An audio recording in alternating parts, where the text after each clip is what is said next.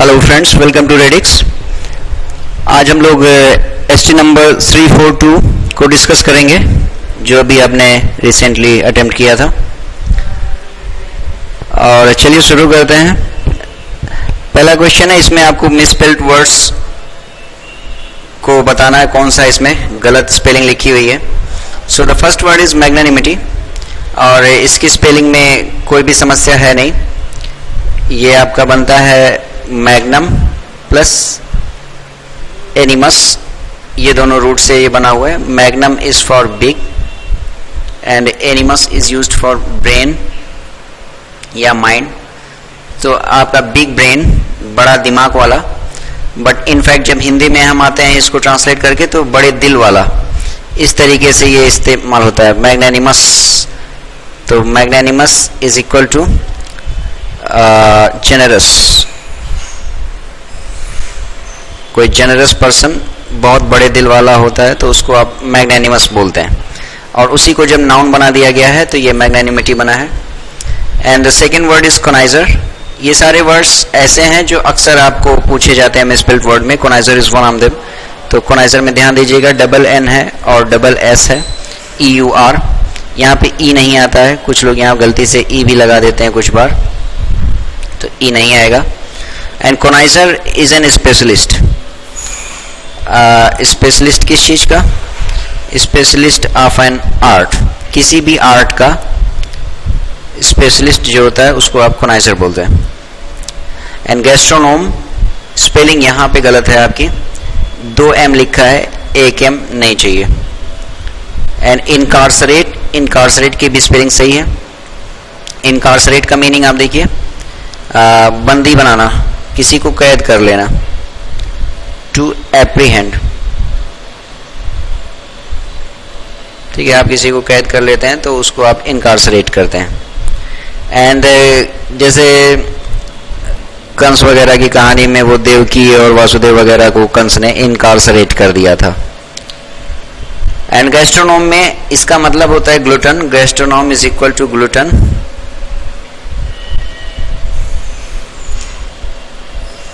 Gluten मतलब होता है पेटू, भुक्खड़, ठीक है। और इसके लिए जो वर्ड है ये गैस्ट्रोनोम होता है, सिंगल एम होता है, डबल एम नहीं होता। डायाफनस, इसमें क्या करना है? बेस्ट एक्सप्रेसेस द मीनिंग, इसमें सिनोनिम बताना है आपको।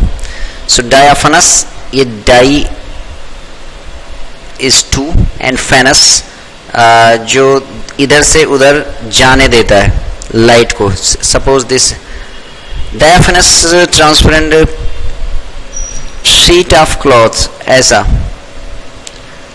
अ very thin sheet of cloth, ये जो होता है इसको, ये डायाफनस होता है क्योंकि बहुत ही ज़्यादा पतला होता है और इधर से उधर आप थोड़ा सा देख भी सकते हैं, ट्रांसपेरेंट होता है, हवा भी इधर से उधर पार हो जाती है। तो ऐसे किसी सरफेस को आप डायाफेनस बोलते हैं। डायाफेनस होना सबसे बड़ी quality a thin sheet of cloth की है। तो ऐसे किसी भी सब्सटेंस को आप डायाफेनस बोलेंगे। सो सिनोनिम हियर इज ट्रांसपेरेंट, जो इधर से उधर जाने देता है चीज़ों को। Quench is not your answer here, but quench का मतलब जान लीजिए, बढ़िया शब्द है ये। क्वेंच इज इक्वल टू, इसका एग्जाम्पल देखिएगा तो this water is not sufficient to quench my thirst.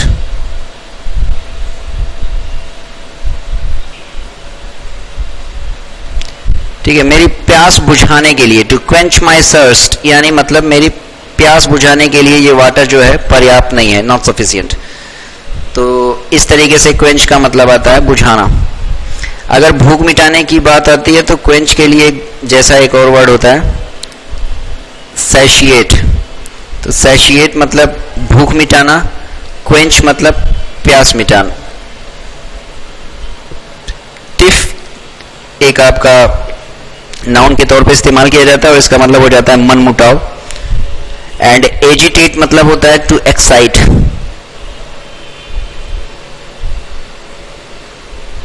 किसी को गुस्सा दिलवाना, किसी को टू एक्साइट या to anger, to make angry, actually ऐसा लिखेंगे, किसी को भड़काना, उकसाना. So your answer here is four diaphanous transparent. Exhume, इसमें आपको अपोजिट बताना है, and exhume is the opposite of bury. इस वर्ड को देखिए, इसको बरी ना पढ़िए, इसको बेरी पढ़िए. And bury is equal to दफनाना. आप किसी को दफनाते हैं तो उसको आप बेरी कर देते हैं, ही वॉज बेरीड. एंड इसका उल्टा होता है जमीन खोद के निकाल लेना, एक्सूम. ये बेरी का उल्टा है जमीन खोद के निकालना.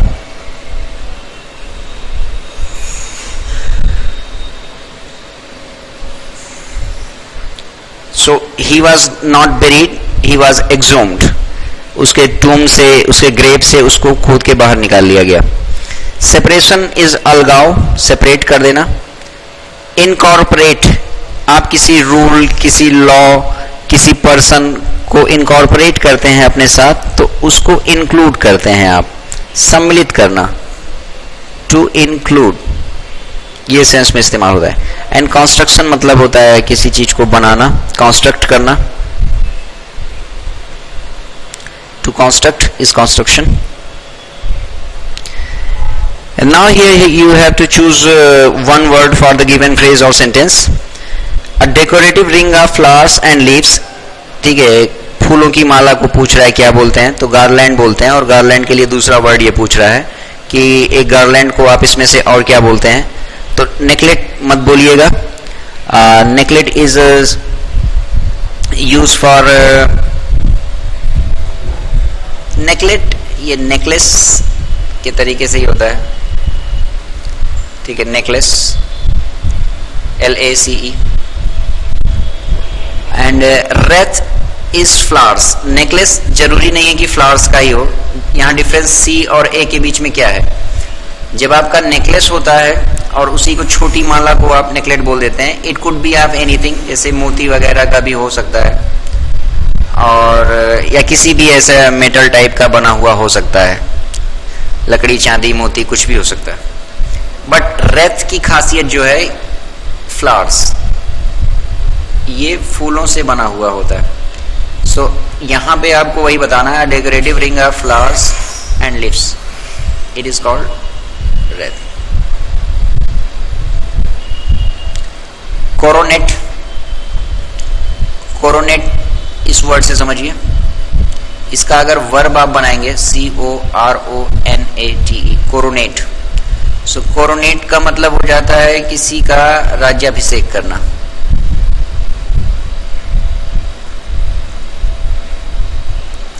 ठीक है, आप उसका राज्याभिषेक करते हैं, आप उस मुकुट उकुट पहना के, तिलक लगा के उसका स्वागत करते हैं, राजा बना देते हैं. इसी कोरोनेट से आपका ये कोरोनेट है. एंड इसका मतलब होता है मुकुट, और मुकुट पहनाना, कोरोनेट करना, राज्याभिषेक करना. स्वेद आपका है एक पतली पट्टी टाइप की चीज को आप स्वेद बोलते हैं. लेकिन ये पट्टी कैसी चीज की होती है, जरा इसको समझिए. The sunlight swathed my room. तो सनलाइट ने मेरी रूम को नहला दिया, धुल दिया, ऐसा सेंस में ये इस्तेमाल होता है. एंड स्वेद मतलब ये सनलाइट की, जब आप विंडो खोलते हैं, खिड़की खोलेंगे, तो ऐसा सनलाइट का एक बीम सा बन जाता है आपके फ्लोर पे. तो उस सीन को डिस्क्राइब करने के लिए this phrase has been used. The sunlight swathed my room. एक पट्टी बन के फैल गया सनलाइट आपके रूम में, तो स्वेद इस तरीके से इस्तेमाल होता है. एंड नेकलेट इज मोती या फूलों की माला. An organized group of singers. Your answer here is choir. Band नहीं होता, बैंड के साथ आप कंफ्यूज मत होइएगा. बैंड आपका होता है जैसे सिंगिंग बैंड्स, आपने कई सारे नाम सुना भी होगा, उनके पूरा बैंड होता है, उसमें कई सारे मेंबर्स होते हैं, उनमें सिंगर भी होता है एंड पियानो बजाने वाला भी होता है, गिटार बजाने वाला भी होता है, फ्लूट बजाने वाला भी होता है. So it is not a group of singers, it is group of performers. Singer भी है, पियानो बजाने, पियानिस्ट, गिटारिस्ट, फ्लूइस्ट सब है. तो इस तरीके से जो ग्रुप बना आपका वो बैंड कहलाता है. And troop is used for सैनिकों का जो ग्रुप होता है, सैनिकों का जो समूह होता है, उसके लिए आप बोलते हैं पैदल सैनिक. And coral is used for आप सिंगिंग से रिलेटेड ये भी है, ठीक है, लेकिन ये बैंड को नहीं बोलेंगे आप. जैसे कोरल एक्टिविटी है तो रिलेटेड टू सॉन्ग्स, ठीक है. It was a coral activity, या कोरस सुना होगा आपने, तो कोरस में क्या सामूहिक गीत बोलते हैं इसको. तो in a way choral is also related to songs, या कोरस मीन्स सामूहिक गीत. बट इसको आप ऑर्गेनाइज ग्रुप ऑफ सिंगर्स नहीं बोलेंगे. ऑर्गेनाइज ग्रुप ऑफ सिंगर ये आपका कलेक्टिव नाउन का एग्जांपल है एंड इसको आप कोयर बोलते हैं. Killing of a friend, side वाले मसला इसमें.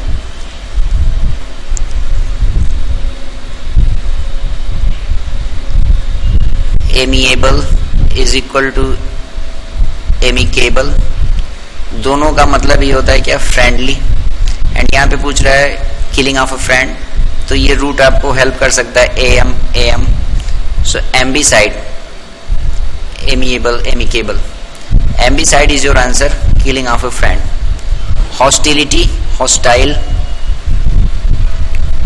हॉस्टाइल मतलब प्रतिकूल होता है. एंड किलिंग ऑफ ए प्रतिकूल आदमी, यानी किलिंग ऑफ ए एनिमी. इसमें किलिंग ऑफ एन एनिमी को आप हॉस्टिसाइड बोलेंगे. एंड हॉस्पिटिसाइड, हॉस्पिटैलिटी सुना होगा.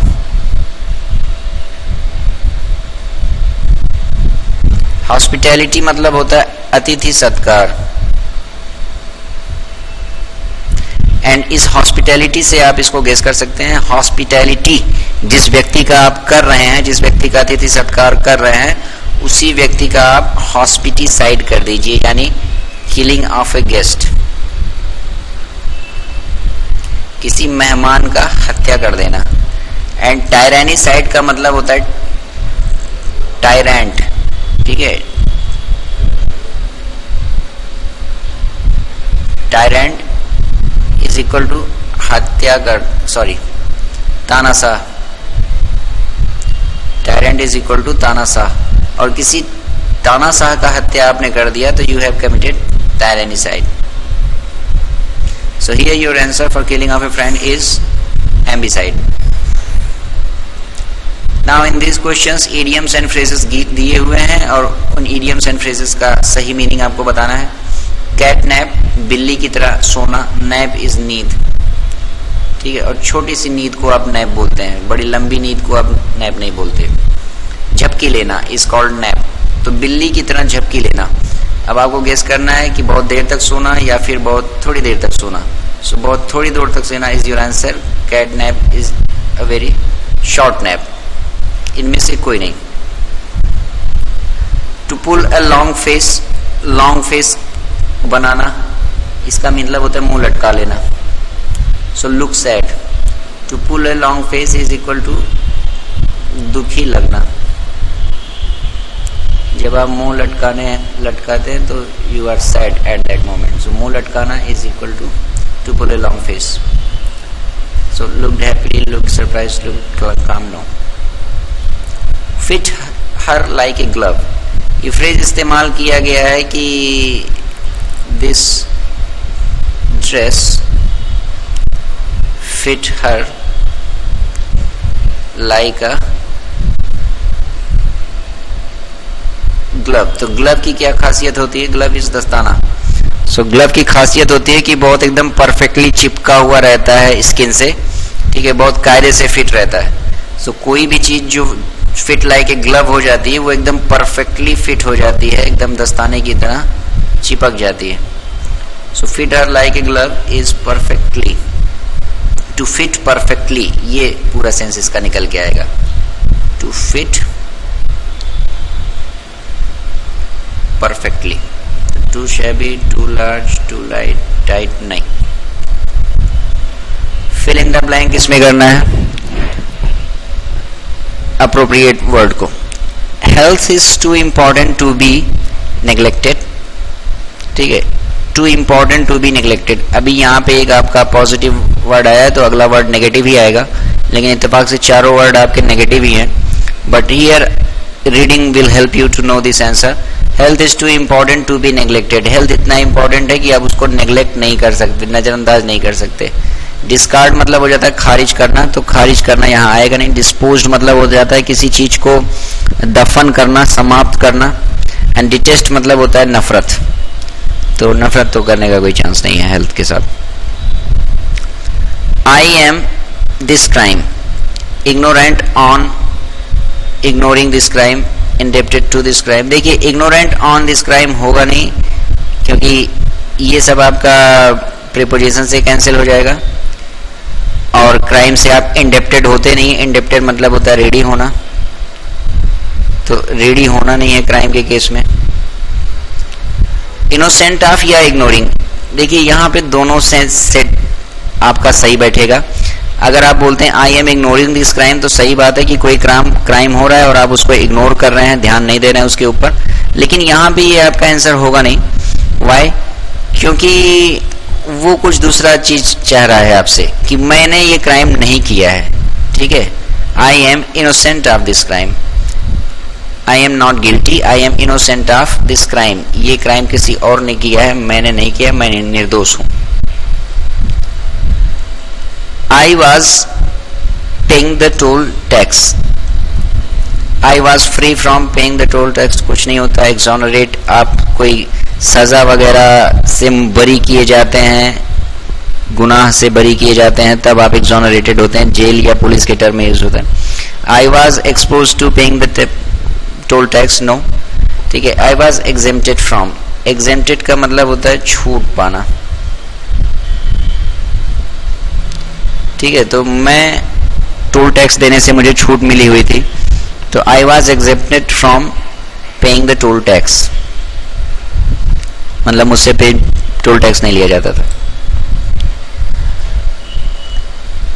इन क्वेश्चंस में आपको एरर बताना है. I use the pair of black trousers for a week. देखिए ये बहुत इंपॉर्टेंट टाइप का एरर है. क्यों? इस बात को समझिए. फॉर अ वीक, इसमें आपका टेंस का कॉन्सेप्ट थोड़ा सा समझ में आएगा आपको, और इस टेंस के कॉन्सेप्ट को समझिएगा. सिंपल पास्ट क्या होता है? ये जो आई यूज्ड है ये सिंपल पास्ट में लिखा है, और सिंपल पास्ट होता क्या है? Once in past. यही है सिंपल पास्ट. कोई ऐसी घटना जो पास्ट के किसी टाइम में एक बार हुई और उसका जिक्र आप करते हैं, तो आप उसको सिंपली पास्ट टेंस में बोलिए. तो I use the pair of black trousers once. अगर यहां फॉर अ वीक ना होता बल्कि होता वंस, तो ये सेंटेंस सही हो जाता. I use the pair of black trousers once, तो sentence would have been correct. But यहां जो लिखा है फॉर ए वीक, ये कंटिन्यूटी को दर्शाता है. ठीक है, कि फॉर ए वीक, लगातार एक हफ्ते, पीरियड ऑफ टाइम. सो इस पीरियड ऑफ टाइम के लिए आप कभी भी सिंपल पास्ट टेंस का इस्तेमाल ना करें. तो ये सेंटेंस आपका दो तरीके से सही हो सकता है. अगर आप इसको पास्ट परफेक्ट में बनाना चाहते हैं तो आई हैड यूज्ड भी बन जाएगा, और अगर आप इसको प्रेजेंट परफेक्ट में बनाना चाहते हैं तो आई हैव यूज्ड भी बन जाएगा. ठीक है, लेकिन आई यूज्ड नहीं बनेगा, क्योंकि आई यूज्ड सिंपल पास्ट होता है और वो वंस इन पास्ट ऐसे इंसिडेंट्स के लिए इस्तेमाल होता है. For a period of time आपको इनमें से एक चाहिए, प्रेजेंट पास्ट परफेक्ट या फिर present perfect. 89. He has made a mistake of which I am certain. उसने एक गलती की है. He has made a mistake. उसने एक गलती की है, यहां तक कोई दिक्कत नहीं है. Of which, ठीक है, ये रिलेटिव प्रोनाउन है और which हमेशा of के साथ आता है. तो जिसका या जिससे, जिसके बारे में, आई एम सर्टेन, मैं निश्चित हूं कि ऐसा है। सो इन तीनों पार्ट्स में कहीं भी कोई दिक्कत है नहीं, and the sentence has no error. He has made a mistake of which I am certain. Of which आया है किसके लिए? कि उसने एक गलती की है, इस पूरे पार्ट के लिए आया है of which, I am certain. Next, he was not allowed for the teacher to read in a low voice. वो पढ़ने के लिए कहा गया होगा, टीचर ने बोला होगा और वो बहुत धीरे धीरे पढ़ रहा होगा। But the teacher did not allowed him to read in a low voice. तो he was not allowed for the teacher, नहीं, by the teacher. He was not allowed by the teacher to read in a low voice. Again passage आ गया। तो passage के लिए मैं पहले भी आपको स्ट्रेटजी बता चुका हूं कि 1 मिनट लगेगा मैक्सिमम इस पैसेज को पढ़ने में। तो शांति से इस पैसेज को पढ़ लिया जाए तो ज़्यादा फायदा होता है। Otherwise you can start with the options directly. यहाँ पे आपको गेस करना होगा, और वो भी कैसा, logic, reasoning and knowledge based guess. Why did the narrator not bear a grudge against her mother? To bear a grudge का मतलब होता है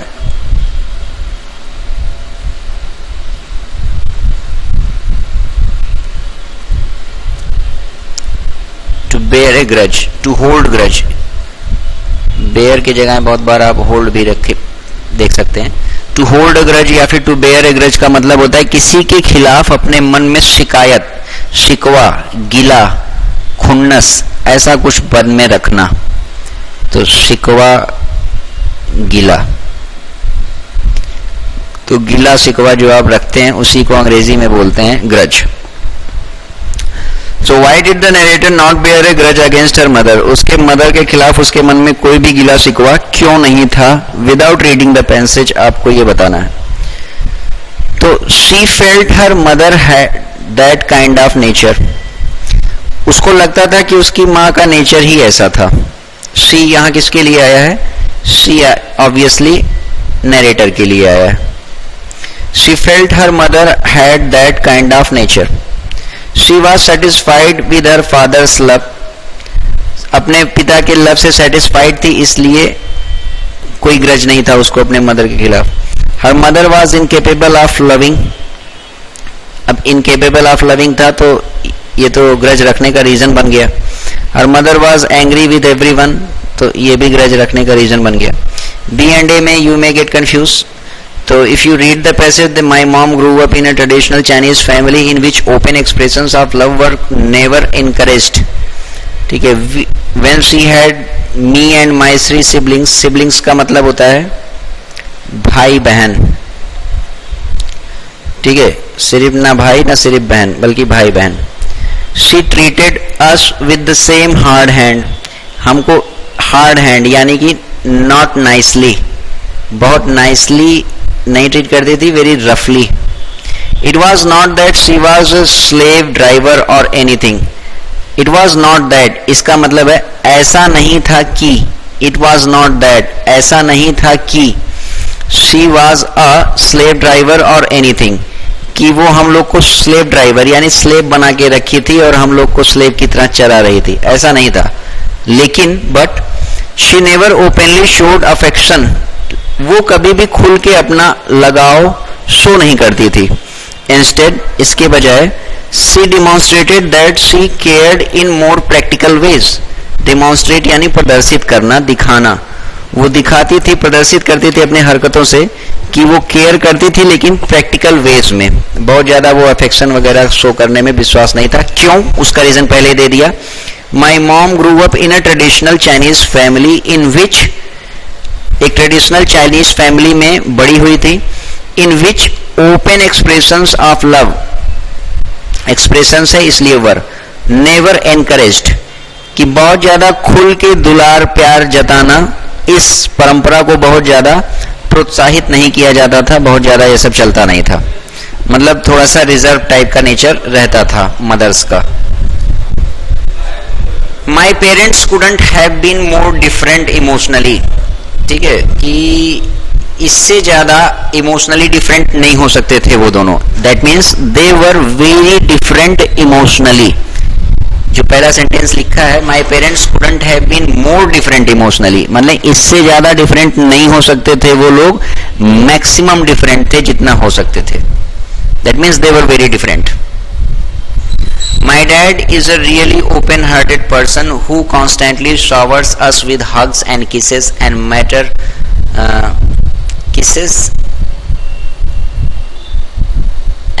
the occasion. No matter the occasion. ठीक है कि यहाँ no matter the occasion होना चाहिए था कि occasion कोई भी हो, but my father just hugged and kissed us. कोई भी अवसर हो. After much persuasion from him, persuasion यानी मनाना, उसने बहुत मनाया. उसके बाद my mother did try to change, मेरी माँ ने थोड़ी बहुत बदलने की कोशिश की, but it was clear that she never felt quite right expressing her emotions. थोड़ी बहुत बदलने की कोशिश तो की, बट बिकॉज वो ट्रेडिशनल फैमिली से थी जहाँ पे बहुत ज्यादा ये सब प्यार दुलार प्रदर्शित करना चलता नहीं था, इसलिए कोशिश करने के बाद भी वो बदल नहीं पाई. इवेंचुअली अंततोगत्वा she reverted to her old self, फिर से वही हो गई जो वो थी, यानी कि reserve. The difference between my parents was never starker than whenever I brought home good test result from school. ठीक है कि मैं अगर कोई बढ़िया टेस्ट रिजल्ट लेके घर पे आती थी तो वहां पे जो डिफरेंस था मेरे पेरेंट्स के व्यवहार के बीच में, वो बहुत ज्यादा ऑब्वियस और पैल्पेबल हो जाता था, दिखता था कायदे से. My dad would partially jump with Joy, मेरे डैड खुशी से उछल पड़ते थे. Offering warm and affectionate words of congratulations and my mother good good, बस इतना ही, चलो ठीक है. तो जब पास होके मैं आता था अच्छा नंबर लेके, तो क्या फादर और मदर के बिहेवियर में there was a lot of difference. Father would get very much excited and mother would just say, okay, good, fine.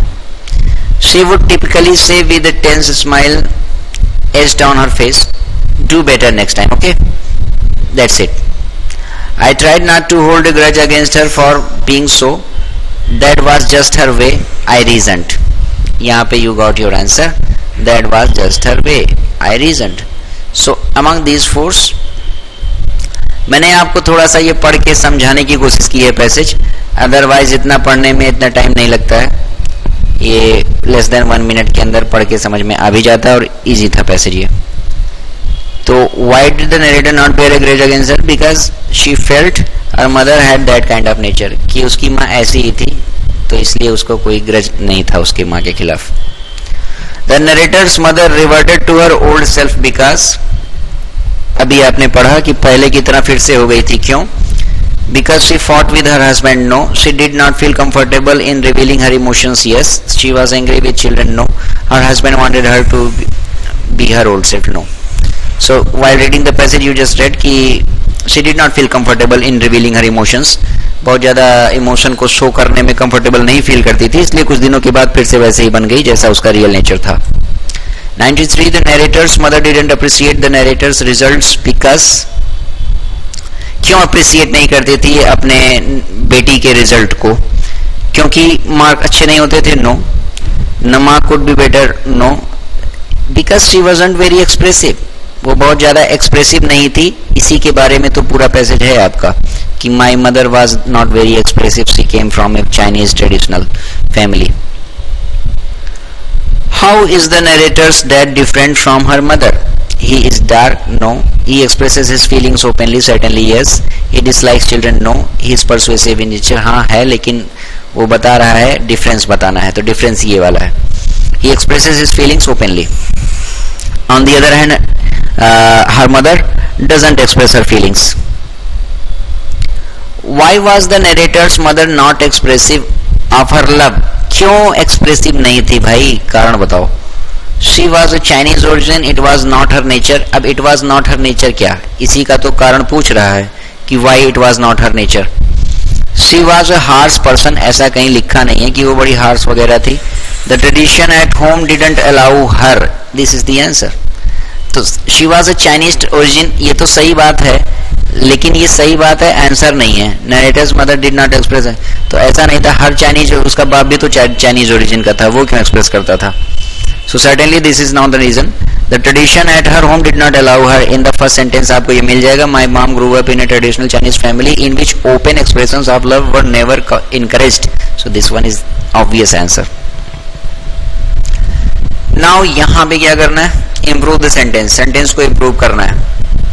ये जो अंडरलाइंड पार्ट है उसको उससे अच्छा अगर कुछ है तो वो लिखना है। So both of us had a different opinion about it, both of us has, each of us have, each of us had, no improvement. तो देखिए ईच ऑफ, ये तो होगा नहीं, ये होगा नहीं, जरा इन दोनों का देखिए अंतर। ईच ऑफ अस हैव और ईच ऑफ अस हैड, कुछ बार लोग इसमें कंफ्यूज हो जाते हैं। हाँ, यहाँ पे वास्तव में देखा जाए तो हैव इज नॉट पॉसिबल, क्योंकि ईच इज सिंगुलर। तो ईच ऑफ अस हैज होता तब दोनों पॉसिबिलिटी बनती, सी और बी की, लेकिन हैव है इसलिए ये पॉसिबिलिटी बनेगी ही नहीं। सो your answer is had. So both of अस नहीं होता, बोथ ऑफ अस तभी लगाया जाएगा जब साफ साफ वो नंबर 2 दिया रहे। ठीक है, अगर आपको पता है कि 2 लोग के बारे में बात हो रही है, अस मीन्स 2 पर्सन, ओनली देन आप बोथ ऑफ अस लिखेंगे, otherwise each of us. Now the trade union is hell bent eight getting it's demands fulfilled. तो बहुत ऑब्वियसली ये प्रीपोजिशनल एरर है, और हेल बेंट एट नहीं होता, हेल बेंट ऑन होता है। सो ये सब आपका है नहीं। The union is hell bent at नहीं, hell bent on, hell bent on getting its demand fulfilled. तो हेल बेंट ऑन का मीनिंग क्या होता है? ये फ्रेज सेंटेंस पढ़ के आप आसानी से गेस कर सकते हैं। To be very forceful in their demands. तो द ट्रेड यूनियन जो था वो it was very forceful in its demand. The police had to break the door to get in. The police had to break down the door. ठीक है, to break down का मतलब होता है गिरा देना। This was the door, और उसने उनको break down कर दिया, that means उसको तोड़ के उन्होंने गिरा दिया। And breakup आपका कब होता है आपको पता ही होगा। ठीक है, जब बनती नहीं है आपस में तो ब्रेकअप हो जाता है। एंड 2 लोगों के बीच में होता है, 2 पर्सन के बीच में, स्पेशली लवर के बीच में ये वर्ड ज्यादा यूज करते हैं, ब्रेकअप हो गया।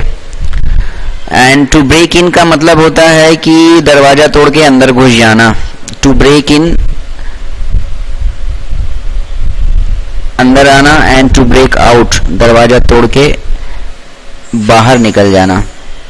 तो ये घर में जबरदस्ती जब चोर वगैरह घुस जाते हैं, चोर डाकू ऐसा कुछ घर में, तो they break in the house. और ब्रेक आउट आप प्रिजन वगैरह से करते हैं कि आप प्रिजन में कैदी बना के रखे हैं और वहां से फरार हो जाते हैं, तो you break out the prison, फरार हो जाना। सो ब्रेक इन अंदर घुसना, ब्रेक आउट बाहर निकल जाना, ब्रेकअप तकरार हो जाना, एंड ब्रेक डाउन गिरा देना, ढहा देना। 99 the plane landed and shot toward the airport. इसको याद रखिएगा, इसको समझने का दूसरा कोई तरीका नहीं है, सिर्फ एक ही तरीका है कि आप इसको पढ़े रहें और ये फ्रेज आपको पता रहे। ये द प्लेन लैंडेड, एयरपोर्ट पे उतरा, and taxied towards the airport. So this becomes important कि इस चीज को आप समझिएगा, यहाँ टैक्सीड होता है। ड्रोव, व्हील्ड या शॉट नहीं इस्तेमाल करेंगे। The plane landed and taxied towards the airport, ये फ्रेज बोलेंगे आप।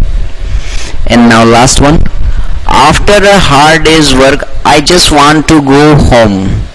यहाँ पे एरर आपका एपोस्ट्रॉफी वाला है।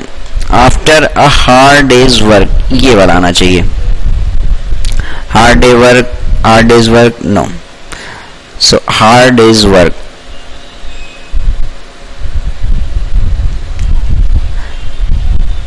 so I hope that I have been able to describe the intricacies and nuances of this test।